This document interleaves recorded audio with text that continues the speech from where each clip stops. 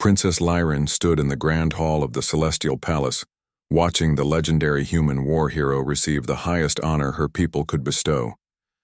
The Starfire medallion that had only been awarded 7 times in 10,000 years of Veldari history, and she felt nothing but cold emptiness because this stranger's victory meant the war was over, but it couldn't bring back the one person she'd lost. The human boy named Thomas, who had been her best friend for 5 precious years, before he disappeared when she was 12, and left a hole in her heart that never quite healed. The soldier stood at attention in his formal dress uniform, his face partially obscured by the ceremonial lighting and the distance between the royal platform and the presentation floor, but she could see the rigid military bearing, the scars that marked him as someone who had seen too much combat. The way he held himself like violence was always one breath away. Her father, Emperor Velkathan, was speaking in the formal tongue about courage and sacrifice and alliance between their species.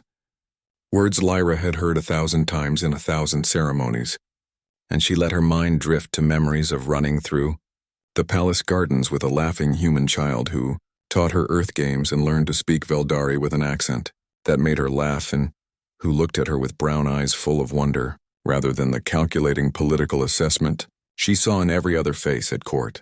Thomas had come to the palace when his mother was appointed, Earth's first ambassador to the Veldari Empire, and Lyra remembered the exact moment she met him, a small human boy of 7 standing in the reception hall looking terrified and trying not to show it, and something in her 12-year-old hearts had recognized a kindred spirit, another young soul trying to survive in a world of adult politics and impossible expectations. The Veldari were taller than humans and had skin that shifted through subtle color changes, reflecting their emotions. Something Lyra had always hated because it made lying impossible and left her vulnerable. But Thomas had never used that knowledge to hurt her, had never manipulated her moods or exploited her feelings the way court advisors did with her father. They became inseparable despite the age difference and the species barrier. 2 lonely children finding friendship in a palace full of people who wanted something from them, and Thomas had taught her about earth music and showed her pictures of oceans and mountains and told her about his father who died before he was born, and Lyra had taught him to read Veldari star charts and shared her favorite hiding spots and told him secrets she'd never trusted anyone else with. Then came the day everything shattered. The day the Krelvor Empire launched their surprise attack on the outer colonies, the day Ambassador Chen and her son were recalled to Earth for safety, and Lyra remembered standing in the spaceport watching Thomas's ship lift off and feeling like someone had carved out part of her chest. He'd promised to come back, promised they'd see each other again, and she'd believed him with the absolute certainty of a 12-year-old who didn't understand how vast the galaxy was or how easily promises could be broken by circumstances beyond anyone's control. The war had escalated. Communication between Earth and Veldar became impossible through the Krelvor blockades, and after 3 years of silence, official word came that Ambassador Chen's ship had been destroyed by raiders, all aboard presumed dead, and Lyra had locked herself in her chambers for a week and cried until her color-changing skin had gone gray with grief, a shade her people only showed for the deepest mourning. Now she was 25. Her skin had regained its normal azure baseline with golden undertones, and she'd learned to function around the Thomas-shaped absence in her life, had even accepted a political betrothal to a Veldari noble she didn't love, but who would make an acceptable consort, had resigned herself to a future of duty without joy. The war hero was kneeling now, and her father was placing the Starfire medallion around his neck, and the human finally looked up toward the royal platform with an expression of deep respect, and Lyra's entire world stopped because even across the distance, even through the years and the scars and the hard-earned military bearing, she recognized those brown eyes. Thomas, her Thomas. The childhood friend she'd mourned was alive, was here, was the legendary soldier who'd turned the tide of the war by leading the impossible assault on the Krelvor command station. And she felt her skin flashing through colors faster than she could control, shock white and hope gold and confused violet, and she gripped the railing in front of her so hard her knuckles went pale. Her father was still speaking, but Lyra couldn't hear the words over the roaring in her ears. Couldn't process anything except the impossible fact that Thomas was alive and standing 30 meters away, and didn't seem to recognize her. Was looking at her with the same respectful distance he showed her father. No flash of recognition, no sign that he remembered the little alien girl he'd played with 15 years ago. Had she changed that much? The Veldari went through significant physical maturation between adolescence and adulthood, growing nearly a foot taller and developing the full complexity of their color-shifting abilities. And she supposed she looked nothing like the gangly 12-year-old who used to challenge him to races through the sculpture gardens. But she would have known him anywhere. War and time and scars couldn't hide the essential Thomasness of him. The way he tilted his head slightly when listening carefully, the set of his shoulders that somehow combined strength with gentleness, the mouth that had smiled at her jokes and frowned at her tears and promised to come back. The ceremony concluded and Thomas, now officially General Thomas Chen, war hero and legend, was escorted to the reception hall where nobles and officials would compete for his attention and make political overtures disguised as congratulations. Lyra knew she should join her father in receiving the dignitaries, should play her role as princess and smile graciously and make appropriate small talk. But her feet carried her toward the reception hall with singular focus. Drawn to Thomas like a moon to its planet, she pushed through the crowds with less decorum than protocol demanded, her skin flashing impatient orange. And when she finally stood before him, she found herself speechless. Because what did you say to someone who'd been dead for 12 years and was suddenly alive again? Thomas was speaking with General Torvan about military logistics, his Veldari flawless but with that same slight accent that made her hearts ache. And when Torvan noticed Lyra approaching, he immediately bowed and stepped aside.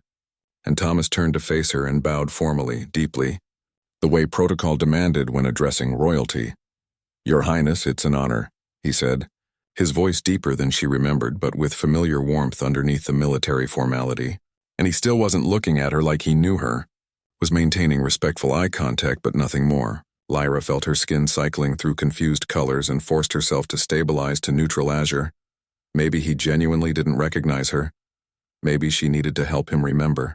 "General Chen, my father tells me you lived on Veldar as a child," she said, keeping her voice steady through sheer willpower. "I wondered if we might speak privately, compare memories of the palace before the war." Something flickered in his expression, too quick to identify, and he glanced around the crowded reception hall before nodding. "Of course, Your Highness, I'd be honored." She led him to one of the small sitting rooms off the main hall, spaces designed for private conversations during public events. And once the door closed behind them, she turned to face him and let her skin show true colors, hope gold and nervous violet, and underneath it all, the deep rose that Veldari showed for profound affection. "Thomas," she said quietly, letting 15 years of loss and longing color the word, "It's me. It's Lyra." His military composure cracked just for a second, and she saw raw pain flash across his face before he locked it down behind that professional mask. "I know who you are, Your Highness." The formal address stung like a slap. Lyra took a step closer, her skin shifting to demanding orange. "Then why are you pretending you don't know me?" "We were friends, Thomas, best friends, and I thought you were dead. And now you're here and you're acting like I'm just another princess you're meeting for the first time." Thomas was quiet for a long moment, his human face unreadable in the way that had always frustrated and fascinated her, unable to show emotions through color the way her people did. When he finally spoke, his voice was carefully controlled. "We were children, Your Highness. You were 12 and I was 7. That was 15 years ago. People change. Situations change. What's appropriate changes." Lyra felt anger flashing red across her skin. "What's appropriate?" "Thomas, I mourned you. For 12 years I thought you were dead and I carried that grief, and now you're telling me we can't even acknowledge our friendship because of appropriate behavior." He flinched slightly at that, and she saw his hands clench and unclench at his sides, the only outward sign of emotion. "Your Highness, you're betrothed to Lord Kethrin. You're the crown princess of the Veldari Empire. I'm a human soldier who happens to have won some battles. There's no scenario where my childhood friendship with you is politically appropriate for anyone involved." The words hit her like physical blows, and her skin went pale blue with hurt before she could stop it. "So you're just going to pretend the past never happened? Pretend those 5 years meant nothing?" Thomas's professional mask slipped, and for a moment she saw the boy she remembered, pain and longing written across his face.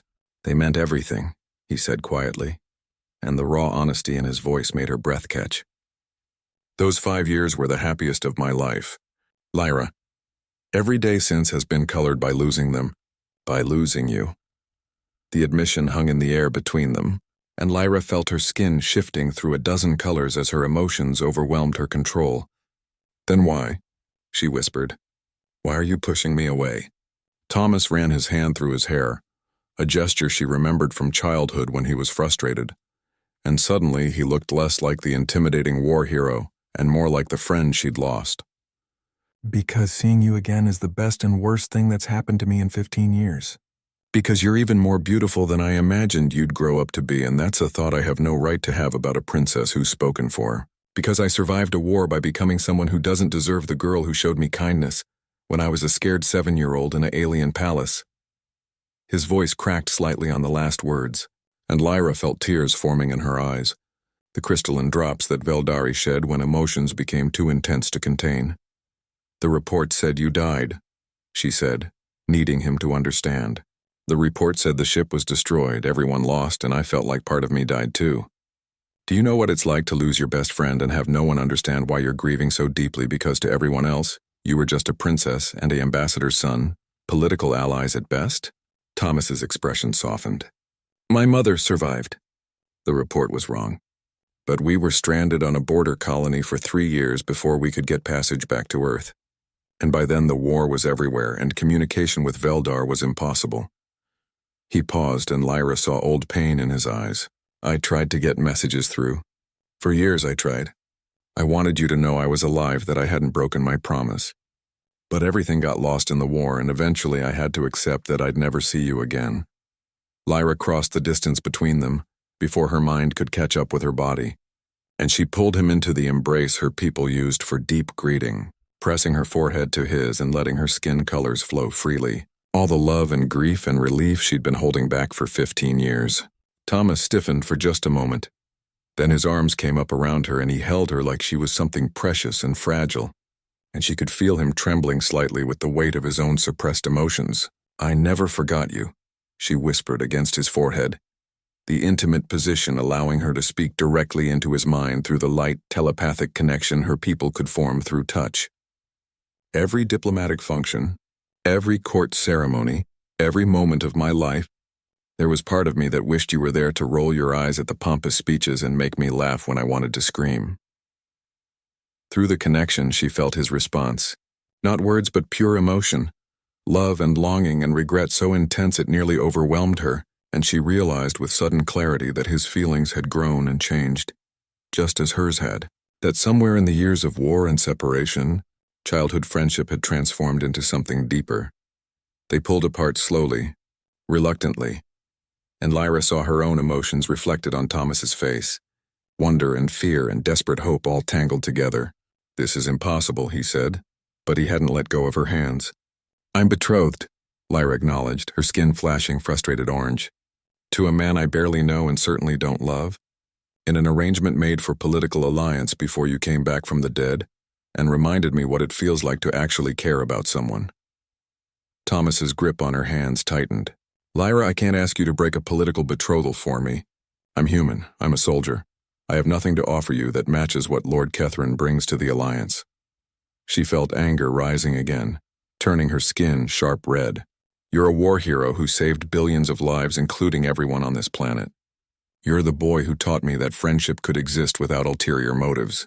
You're the only person in 15 years who's made me feel like myself instead of just a role I'm playing.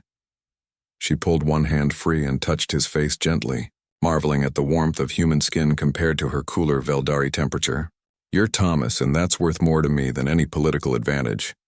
His hand came up to cover hers where it rested on his cheek, and she saw conflict warring in his expression.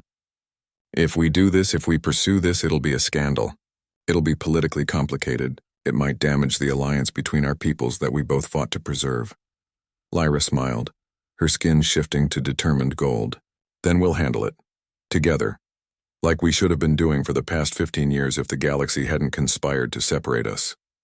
She paused, then added the words that had been building in her chest since the moment she recognized him.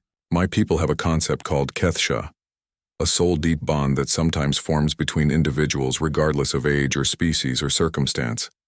It's rare, maybe 1 in a million Veldari ever experience it, but when it happens, it's considered sacred and unbreakable. I thought it was just legend until I met a 7-year-old human boy who became my entire world. And when I thought I'd lost you, I assumed I'd never feel that connection again. Her skin was cycling through colors that reflected deep vulnerability, exposing emotions she normally kept carefully guarded. I felt it the moment I recognized you today, Thomas. Kathsha, and I know you felt it too through our connection. Thomas was staring at her with an expression of awe and terror and love, and when he spoke, his voice was barely above a whisper. I don't have your people's color-changing skin or telepathic abilities, but I know exactly what you mean because I've felt incomplete since the day my ship left Veldar and took me away from you. The war, the battles, the impossible odds. I survived all of it because some part of me held on to the hope that maybe, somehow I'd see you again. He pulled her close, and this time when he held her, it wasn't the careful embrace of reunion, but something claiming and protective and full of promise. If this is going to cause a scandal, let's make it worth the trouble. If I only get one chance to do this, I'm not wasting it on half measures and propriety. Then he kissed her, and Lyra's entire world narrowed to the point of contact, to the warmth of his mouth on hers and the way his hands cradled her face like she was infinitely precious, and she felt her skin blazing through every color of joy and desire and love, a display so bright and uncontrolled that anyone walking past the sitting room would know exactly what was happening inside. When they finally broke apart, both breathing hard, Lyra saw that Thomas's eyes had gone dark with emotion, and she knew her own skin must be showing colors she'd never displayed in public before, the deep passionate purples and golds that indicated romantic and sexual attraction at their most intense. That, Thomas said with a slightly dazed expression, was worth 15 years of waiting. Lyra laughed, the sound bubbling up from somewhere deep in her chest, and she realized she couldn't remember the last time she'd laughed with genuine joy, rather than polite amusement. We should probably figure out how to handle the political situation before someone comes looking for us and finds the crown princess looking thoroughly compromised. Thomas grinned, and suddenly she could see the boy she remembered underneath the war hero exterior. I'm a military strategist. Give me a problem and I'll find a solution. His expression turned serious. But Lyra, I need you to be sure about this. Breaking a political betrothal, pursuing a relationship with someone from another species, dealing with whatever backlash comes, it's not going to be easy. Lyra touched her forehead to his again, establishing the telepathic connection and letting him feel the absolute certainty in her hearts. I've spent 15 years being what everyone else needed me to be. The perfect princess, the dutiful daughter, the political asset. The only time I've ever felt like myself was when I was with you, and I'm not giving that up again. Not for politics or propriety or anyone's comfort. Through the connection, she felt his love and determination matching hers, and she knew they were committed to whatever came next. They composed themselves as much as possible, though Lyra's skin kept flashing through colors that betrayed her emotional state, and Thomas had kiss-bruised lips and disheveled hair that no amount of smoothing could completely fix. When they emerged from the sitting room, they found General Torvan waiting with an expression of barely concealed amusement, his own skin shifting through knowing amber. Your Highness, the Emperor has requested your presence in the throne room, Torvan said formally, though his eyes were dancing with humor. Lord Kethron has apparently taken offense at your extended private conversation with General Chen and has lodged a formal complaint. Lyra felt irritation flashing red across her skin, but kept her voice level. Then I suppose it's time to address the situation directly. She glanced at Thomas. General Chen, would you accompany me? This concerns you as well. Thomas straightened into military posture, though she noticed he stayed close enough that their shoulders almost touched. Of course, Your Highness. They walked through the palace halls together, and Lyra was aware of the stares and whispers following them, aware that her skin colors were broadcasting her emotional state to anyone with eyes to see. But for the first time in years, she didn't care about court opinion or political perception. They entered the throne room to find her father seated in formal audience with Lord Kethron, standing before him, looking imperious and offended. And when Kethron saw Lyra entering with Thomas, he drew himself up with visible indignation. Your Highness, he said coldly, his skin flashing accusatory red. I must protest this inappropriate behavior. You were closeted alone with this human for an unseemly duration, and your current appearance and emotional display suggest conduct unbefitting your station. Lyra felt Thomas tense beside her, ready to defend her honor, but she placed a gentle hand on his arm and stepped forward to address her betrothed directly. Lord Kethron, you're quite correct that my behavior has been inappropriate given our betrothal arrangement. She saw smug satisfaction crossing his features and continued before he could speak. Which is why I'm formally dissolving our betrothal, effective immediately. I have no intention of marrying someone I don't love when the person who holds my Kethsha is standing right here. The throne room erupted in shocked murmurs, and Catherine's skin cycled through outraged scarlet. You cannot dissolve a formal betrothal over a childhood infatuation with a human soldier. The alliance between our houses. Lyra cut him off with a gesture, her skin shifting to royal gold that demanded attention and respect. The alliance between our houses was never dependent on our marriage. That was just convenient politics. And this isn't childhood infatuation, this is Kethsha, which by our oldest laws supersedes all other bonds and commitments. Her father had been watching the exchange with an unreadable expression, and now he spoke for the first time, his voice carrying the weight of imperial authority. Is this true, daughter? You claim Kethsha bond with the human general? Lyra turned to face her father, and she let her skin show absolute honesty, the clear blue that indicated truth without deception. Yes, father. I felt it when I was 12 years old and he was 7, though I didn't understand what it was then. I felt it die when I thought he was dead, and I felt it blazing back to life the moment I recognized him today. She reached back without looking and found Thomas's hand, pulling him forward to stand beside her. I know this complicates everything. I know human-Veldari relationships are rare and politically sensitive, but I will not marry someone else when my soul recognizes its match. The Emperor studied them both for a long moment, and Lyra saw her father's skin shifting through thoughtful silver. Finally he spoke. General Chen, you've said nothing during this exchange. What are your intentions toward my daughter? Thomas squared his shoulders and met the Emperor's gaze directly, showing the same courage he'd displayed leading impossible battles. Your Majesty, my intentions are to love your daughter, protect her, support her, and spend every day proving I'm worthy of the trust she's placed in me. I can't offer political alliances or great wealth or pure Veldari bloodline. All I can offer is absolute devotion and the promise that her happiness will always be my priority. His hand tightened on Lyra's. I know I'm not what you would have chosen for her, but I'm what she's chosen for herself, and I'm asking you to respect that choice. The Emperor's expression softened slightly, and Lyra saw colors shifting across his skin that she recognized from childhood. The fond amber he used to show when she'd done something that exasperated and impressed him simultaneously. You're the human boy who taught my daughter to laugh during one of the darkest periods of our history, he said, surprising everyone in the room. Did you think I didn't notice how much happier she was during those years? How much more like a child she was allowed to be instead of just a political asset? Lyra stared at her father in shock, her skin flashing surprised white. You knew? The Emperor smiled, the expression rare enough that it drew gasps from the assembled court. I'm your father before I'm an emperor, Lyra. I noticed when you stopped eating after the report came that he'd died. I noticed when you'd slip away to the gardens and sit in your old hiding spots. I noticed when you accepted Kethran's betrothal proposal with all the enthusiasm of someone accepting a prison sentence. He stood from the throne and descended the steps to stand before them, and Lyra saw something in his eyes she hadn't seen in years. Paternal love without political calculation? If you've found Kethsha with this brave human who saved our empire, who am I to deny you the happiness I had with your mother before she passed? He turned to Lord Kethran, whose skin had gone pale with defeated understanding.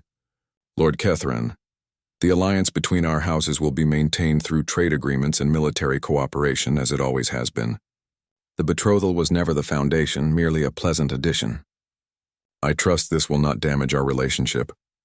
Kethran bowed stiffly, his pride clearly wounded but his political sense recognizing a battle lost. Of course, Your Majesty. If the princess has found Kethsha, tradition and law support her choice. He cast one last look at Lyra, part resentment and part grudging respect. I hope your human proves worthy of you, Your Highness. He left the throne room with rigid dignity, and Lyra felt relief flooding through her, turning her skin bright gold. Her father looked at Thomas with an expression that managed to be both welcoming and threatening. General Chen, you have my blessing to court my daughter properly. You also have my promise that if you break her heart, there is no corner of the galaxy where you'll be safe from a father's wrath. Thomas bowed deeply, respect and gratitude evident in every line of his body. Understood, Your Majesty. I have no intention of hurting her, but I appreciate the clarity of expectations. The Emperor chuckled and waved them away. Go, spend time together. Catch up on 15 years of missed conversations. Just be prepared for the political complications to come. Because the court will talk and the media will speculate, and you'll both need to be strong enough to weather the attention. Lyra pulled Thomas from the throne room before anyone could raise additional objections, and they ended up in her private gardens, the same spaces where they'd played as children, and everything felt surreal and perfect and terrifying. I can't believe that just happened, Thomas said, sinking onto a stone bench beneath flowering vines that glowed softly in the evening light. I came to this planet expecting to receive a medal and return to Earth. Instead, I found you. Admitted feelings I've been suppressing for 15 years. Watched you dissolve a political betrothal, and got permission to court a princess. It's been quite a day. Lyra sat beside him close enough that their bodies touched from shoulder to knee, and she let her skin shift through content purple gold. I can't believe you're really here. I keep expecting to wake up and find this was just another dream where you come back and we get our happy ending. She reached up to touch his face, needing the physical confirmation of his reality. Are you sure about this, about us? About dealing with all the complications that come with loving an alien princess? Thomas turned his head to press a kiss to her palm, the gesture so tender it made her breath catch. Lyra, I've spent 15 years thinking I'd lost you forever. I've survived impossible battles, led missions that should have been suicide runs, and became someone I barely recognize in pursuit of objectives that mattered to everyone except me. The only thing that kept me going was the memory of a blue-skinned girl who made me feel like I mattered just for being myself. His hand covered hers, holding it against his cheek. So yes, I'm sure. About you, about us, about fighting through whatever complications arise. You're the reason I survived the war. I'm not walking away from that now that I have the chance to actually be with you. Lyra felt tears streaming down her face again. Happy tears this time, and she kissed him with all the love and longing she'd been storing up for 15 years. When they finally pulled apart, both breathless and glowing with their respective biological expressions of emotion, Thomas smiled and said something that made her laugh through her tears. So does this mean I finally get to properly learn the rules to that Veldari card game you kept trying to teach me when I was 7? The absurdity of the question, the normalcy of it, the return to the casual friendship that had been the foundation of everything they were building, made Lyra's heart feel so full it might burst. Yes, she said, grinning widely, her skin shifting through every color of joy. But I warn you, I've had 15 years to improve my strategy. You're going to lose spectacularly.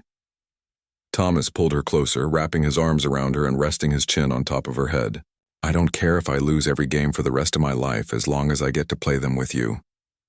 They sat together in the gardens as night fell, and Veldar's 3 moons rose overhead, casting silver light across the palace grounds, and Lyra felt peace settling over her for the first time in 15 years.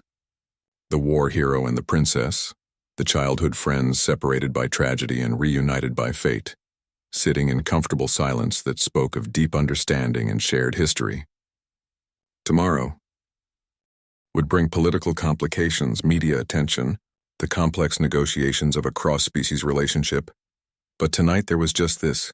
2 people who'd found each other again against impossible odds and were choosing love over duty, hope over resignation, together over apart.